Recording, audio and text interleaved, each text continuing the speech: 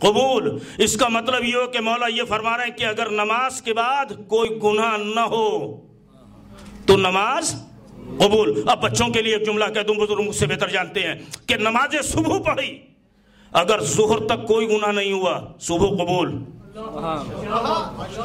کچھ کہہ رہا ہوں میرے بھائی، نماز صبح پڑھی، ظہر تک کوئی گناہ نہیں ہوا صبح قبول۔ نماز ظہر پڑھی، عصر تک کوئی گناہ نہیں ہوا ظہر قبول۔ عصر پڑھی، مغرب تک کوئی گناہ نہیں ہوا عصر قبول۔ مغرب پڑھی، عشاء تک کوئی گناہ نہیں ہوا مغرب قبول۔ عشاء پڑھی، صبح تک کوئی گناہ نہیں ہوا عشاء قبول۔ اب سمجھ میں آیا ایک ساتھ نماز پڑھنے کا فلسفہ کہ ہم ظہر پڑھ کے فوراً عصر پڑھ لیتے ہیں، مصلی نہیں چھوڑتے تاکہ درمیان میں گناہ کرنے کا موقع نہ ملے۔ یا علی، ایک صلوات پڑھو نا عظمت امام با، عجیب منزل ہے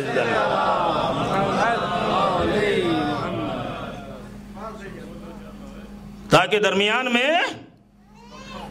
گناہ کرنے کا موقع نہ۔ ہم مصلی ہی نہیں چھوڑتے، مغرب پڑھی فوراً عشاء تاکہ بیچ میں گناہ کرنے کا موقع نہ ملے۔ حافظ جی کہتے ہیں اگر ایک سجدہ قبول ہو جائے تو نیا پار ہو جائے گی، ایک سجدہ قبول ہو جائے تو بیڑا پار ہو جائے گا۔ حافظ جی اپنی نمازوں کی خیر مناؤ، ہماری تو 24 گھنٹے میں 7 رکعت تو 100% قبول۔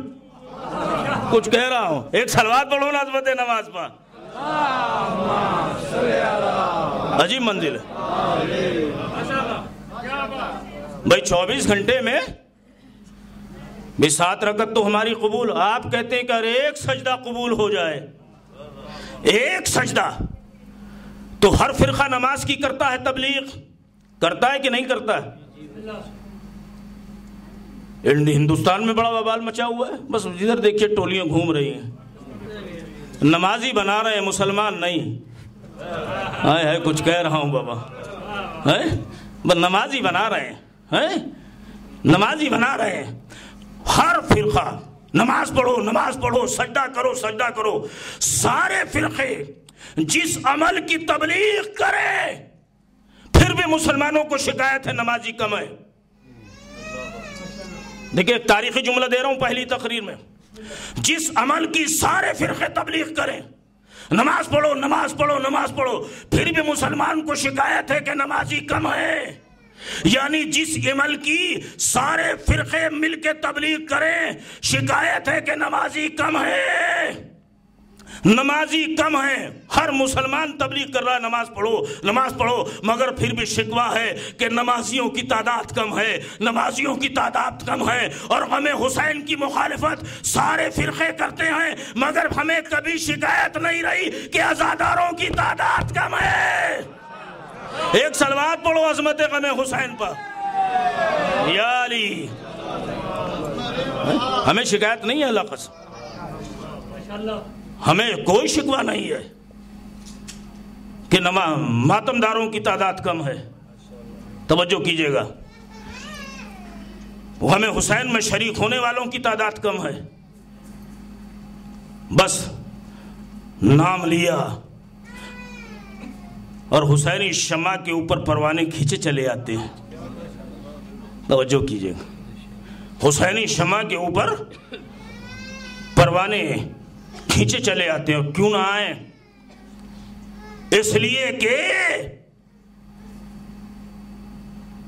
بھئی نماز کیوں پڑھ رہے ہیں کہ جنت میں جائیں گے، روزہ کیوں رکھ رہے ہیں کہ جنت میں جائیں گے، تراویح شریف کیوں پڑھ رہے ہیں کہ جنت میں جائیں گے، مگر پیغمبر نے نہ جنت کی قیمت تراویح کو رکھا، پیغمبر نے نہ جنت کی قیمت نماز کو رکھا، پیغمبر نے نہ جنت کی قیمت قرأت قرآن کو رکھا، پیغمبر نے جنت کی قیمت نہ حج کو رکھا، ورنہ یہ ہر سال 25 لاکھ حاجی سارے کے سارے جنتی ہو جاتے ہیں۔ لبوں پہ ہوتا اللہم لبیک اللہم لبیک، اور دل میں ہوتا اللہم بلیک اللہم بلیک۔ کچھ کہہ رہا ہوں ہے کہ حج کو کیوں گئے؟ کہ اللہ نے بلایا ہے۔ سجاد بھائی اس پہ الگ سے تقریر کروں گا، ایک دن ہی موقع ہے. اللہ بلاتا نہیں ہے کسی کو. اللہ تو ایک ہی دفعہ بلاتا ہے جب 4 آدمی لے جاتے ہیں. توجہ کیجئے. یہ جو مسلمان کہتا ہے نا اللہ بلاتا ہے، اللہ بلاتا ہے. اللہ نے جس دن ابا کو بلا لیا اماں بیوہ ہو جائیں گی. کچھ کہہ رہا ہوں. اللہ نہیں کچھ کیجئے. یہ 25 لاکھ، یہ 30 لاکھ حاجی اللہ نے بلایا ہے. اور کیسے کیسے حاجی اللہ قسم بچوں کو ڈرانے کے کام آئے.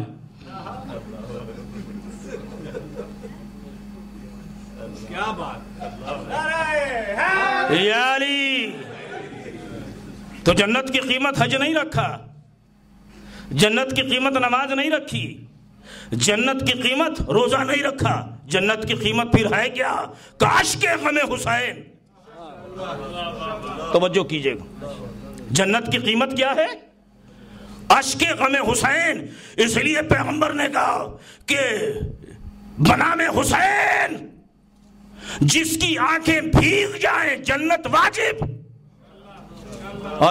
بڑی لطیف بات کہنے کے لیے جا رہا ہوں. غم حسین میں جس کی آنکھیں بھیگ جائیں جنت کس پر واجب ہے؟ حدیث تو سن لی آپ نے. جو غم حسین میں روئے یا رلائے یا رونے والوں کی صورت بنائے اس پہ جنت واجب. یہ کس پہ واجب ہے؟ نماز واجب ہمیں پڑھنا ہے، روزہ واجب ہمیں رکھنا ہے، حج واجب ہمیں جانا ہے، جنت واجب.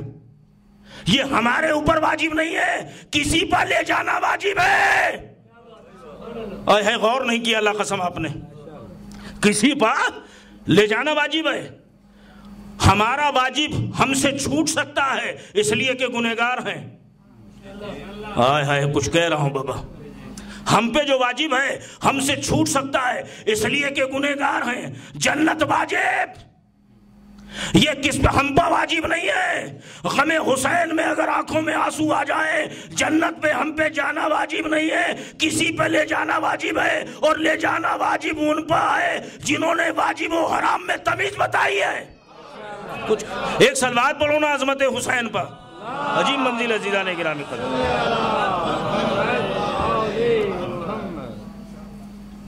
ایک بنام حسین آنکھیں بھیگ جائیں، آنکھوں میں آنسو آ جائیں کہ جنت واجب. کس پہ؟ پیغمبر پہ واجب ہے.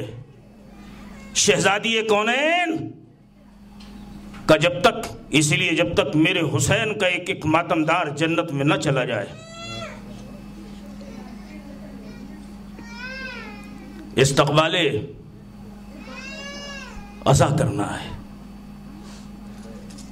اور اس جملے کے سائے میں کہ خدا ان آنکھوں کے نور میں اضافہ فرمائے جو بنام حسین بھیگ جاتی ہیں. شہزادی کونین، رسول کی بیٹی، یہ تمنا نہیں کی کہ بابا میرا بیٹا قربانی دے گا، بابا میرا بیٹا شہید ہو جائے گا تو کیا نماز پڑھنے والے ہوں گے؟ اے بابا میرا بیٹا قربانی دے گا، آبرو کعبہ جب بچائے گا تو کیا حج کرنے والے ہوں گے؟ بابا میرا حسین قرآن کو قیامت تک کے لیے زندگی دے گا تو بابا کیا قاریان قرآن ہوں گے؟ کچھ نہیں کہا. تمنا کی تو کیا تھی؟ اے بابا میرا بیٹا شہید ہو جائے گا، بابا اطلاع بتا دیجئے کہ میرے لال کو روئے گا کون؟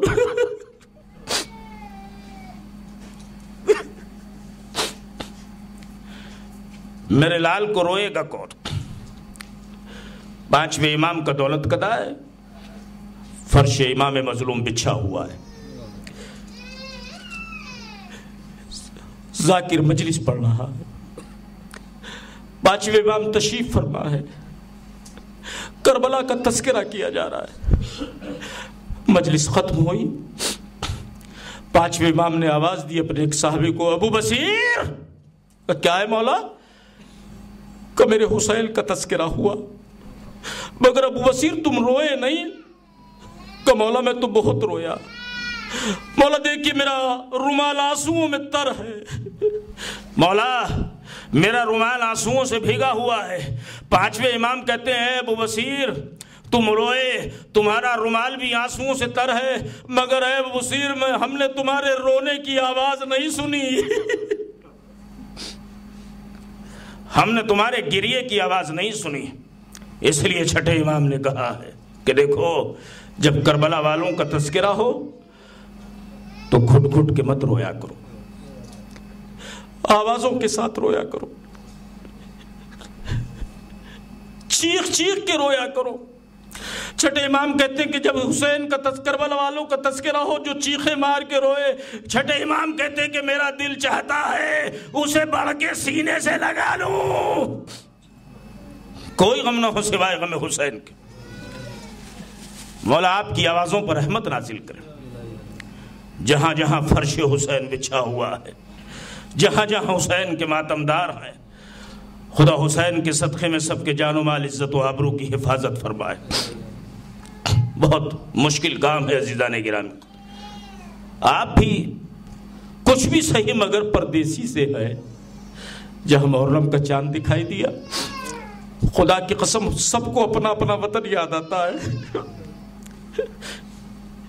اب 8 بجے ہیں تو وہاں مجلس ہو رہی ہوگی، اب 10 بجے ہیں تو وہاں مجلس ہو رہی ہوگی، آج 2 محرم ہے تو وہاں جلوس نکلے گا۔ کبھی وطن یاد آئے نہ آئے، مگر محرم میں خاص طور سے اپنا وطن یاد آتا ہے۔ کاش ہم اپنے وطن میں ہوتے ہیں۔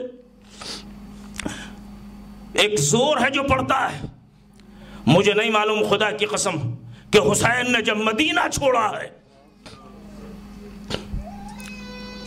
فاطمہ کا بیٹا جب مدینہ چھوڑ رہا ہے، روایت کہتی ہے کہ اپنے نانا کے مزار پر آئے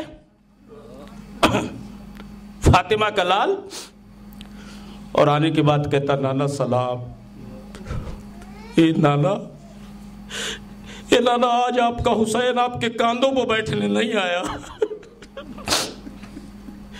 اے نانا آج آپ کا حسین آپ کی زلفوں کو مہار بنانے نہیں آیا، اے نانا آج آپ کا حسین آپ کی پشت پر بیٹھنے نہیں آیا، اے نانا آپ کا حسین خدا حافظ کہنے کے لیے آیا ہے، اے نانا مدینہ چھوٹ رہا ہے نانا۔ یہ کہہ کے حسین آگے بڑھے اور نانا کے مزار کے قریب آ کے گفتگو کر رہے ہیں، نانا اے نانا مدینہ چھوٹ رہا ہے، اے نانا حسین کو مدینہ چھوٹنے کا جہاں غم ہے اس سے زیادہ غم یہ ہے کہ اے نانا آج کے بعد آپ کے مزار پر کوئی چراغ جلانے والا نہیں رہے گا۔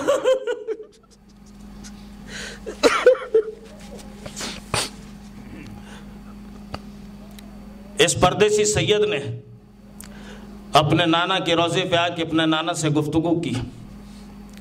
روایت کہتی ہے کہ بھیا حسن کے مزار کا رخ کیا، حسن کے مزار پہ آئے، بھیا سلام،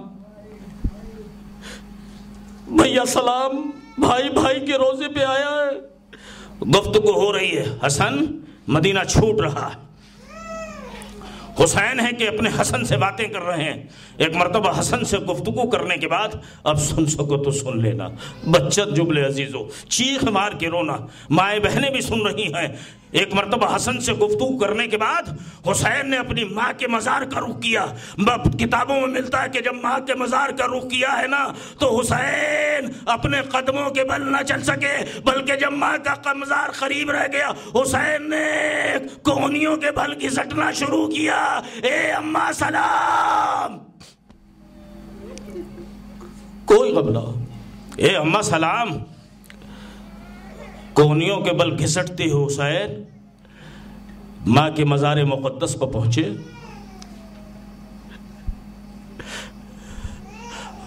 اور ماں کے مزار پر پہنچنے کے بعد ماں سے گفتگو ہو رہی ہے، اماں، اے اماں آپ کے ہاتھوں کے چھالے گواہ ہیں، اے اماں آپ نے مجھے